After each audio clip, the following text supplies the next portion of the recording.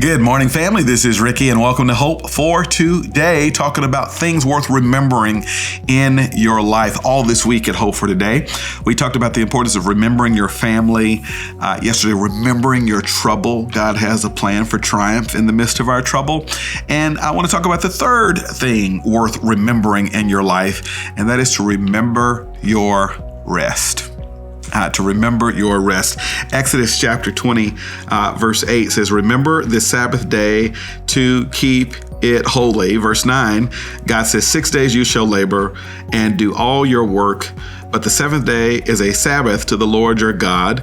On it you shall not do any work, you or your son or your daughter and your male servant or your female servant or your livestock or the sojourner who is within your gates. I want to talk about the importance of rest. You look at all the statistics, all the articles, and all the scientists are perplexed and concerned about our lack of rest, our lack of rhythm, our lack of sleep. In fact, when you look at the most fundamental, core essential rhythms for a sound and robust biology, the West here in America, we are trending down. We're not getting enough sleep. We're not taking enough time off.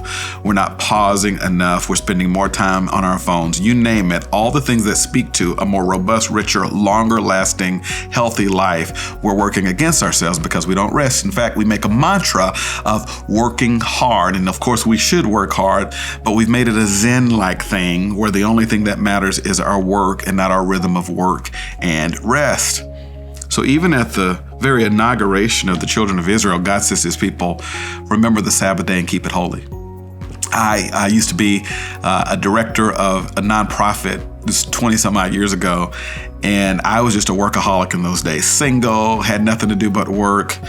It was nothing for me to work a 14, 15-hour day, 7 days a week. In fact, I used to think it was something bad with taking time off. I just didn't even get it. And I'll never forget going to the doctor because I had broken out in hives, and the doctor says, all of this is stress. I've checked out everything. There's nothing wrong with you. You're stressed out. And I remember arguing with the doctor, saying, I'm not stressed out. I feel fine. And he said, that's how bad your stress is. You've made yourself get used to it.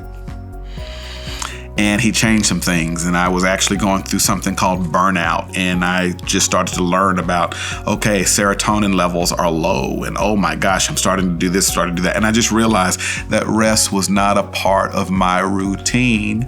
And not only was it bad for me, it was bad for my relationship with God. God didn't just give us Sabbath to give us a break. God gave us Sabbath to realize that it's not we who make it for ourselves, but it's God who makes it. And it's something about rest where you're reminded in your soul not to trust on what you can do, but to only trust in what God can do for you. And I just want to encourage you that if you're going to win and if you're going to make a long run of this thing, you will not be able to do it without having a good work-life rest balance in your life. Find you a hobby, find you a habit, and do it often, okay? God says 6 days you shall work, 1 day you shall take off. And I just called to tell you, you deserve a break today. Remember your rest. That's Hope for Today. I'll see you next time.